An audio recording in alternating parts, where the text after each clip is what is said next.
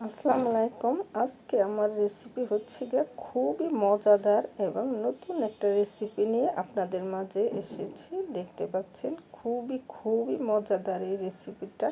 আপনারা হয়তো অনেকেই খেয়েছেন, অনেকেই খাননি। এটা হচ্ছে গিয়ে গরুর মাথার চামড়া। এই যে দেখতে পাচ্ছেন, এটা একদম ফ্রেশ পরিষ্কার করা। এটা গরুর মাথার চামড়া কেটে ধুয়ে একদম পরিষ্কার করে নিয়েছি। এটা খেতে খুবই মজাদার। অনেকে হয়তো খেয়েছেন, তারা হয়তো চিনতে পারতেছেন। আবার অনেকে যারা খাননি তাদের জন্য এটাকে খুব গরম পানি দিয়ে চামড়াগুলারে পরিষ্কার করে নিয়েছি। আর সাথে আমি দিব গরুর ভুঁড়ি।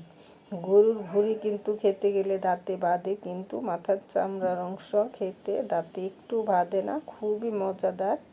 আমি এটাকে কেটে ধুয়ে পরিষ্কার করে ভুঁড়ির আকৃতিতে কেটে নিয়েছি। এখন আমি তারপরও গরম পানি করে কয়েকটা ধোয়া দিয়ে নেব। কুচলিয়ে 3-4টা ধুয়ে একদম পরিষ্কার করে নেব। আর সবগুলো আমি রান্না করব না, আমি এখান থেকে 50% রান্না করব। আর এখানে আমি চুলাতে দিয়ে দিয়েছি খাঁটি সরিষার তেল। আপনারা চাইলে সয়াবিন তেল দিয়েও রান্না করতে পারেন। এখানে এলাচ, গরম মশলা, দারচিনি এবং পেঁয়াজ কুচি দিয়ে দিলাম।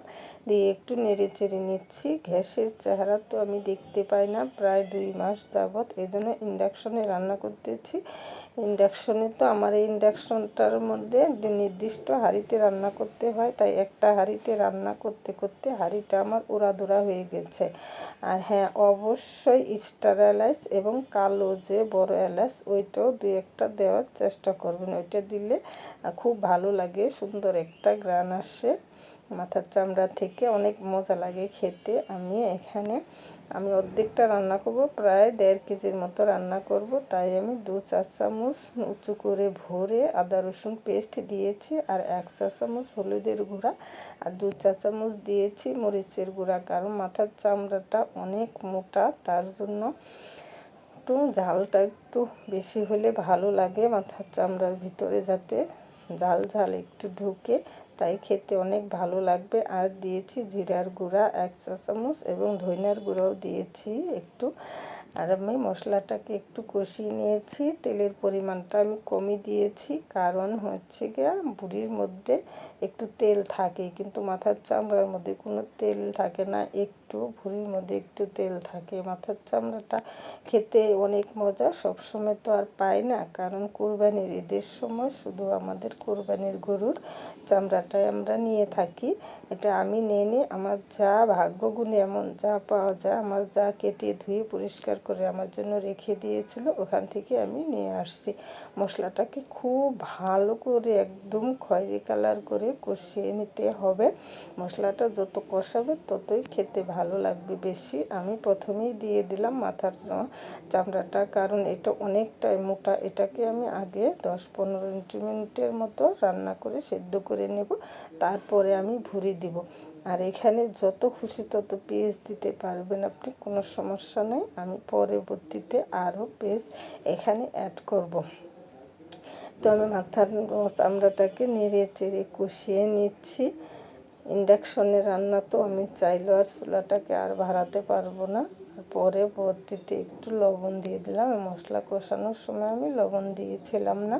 কষানোর মাংস, যে কোনো গরুর মাংস রান্নার সময় মশলার পরে মাংসর মধ্যে লবণ দিলে সেটাও ভালো হয়।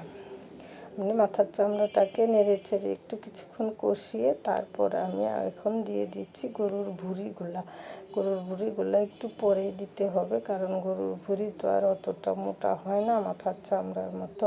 আমি আবার নেড়ে চেড়ে আরও কিছুক্ষণ রান্না করে নেব।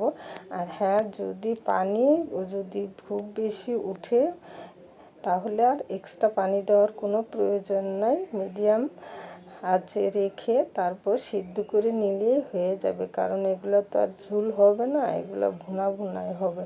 আমি দেখতে পাচ্ছি একটু পানি উঠছে, তারপরও আমি এখানে 1 কাপ পরিমাণ গরম পানি দিয়ে দিয়েছিলাম। আপনারা অবশ্যই গরম পানিটা অ্যাড করবেন এখানে। আমি আবার নেড়ে চেড়ে নিচ্ছি।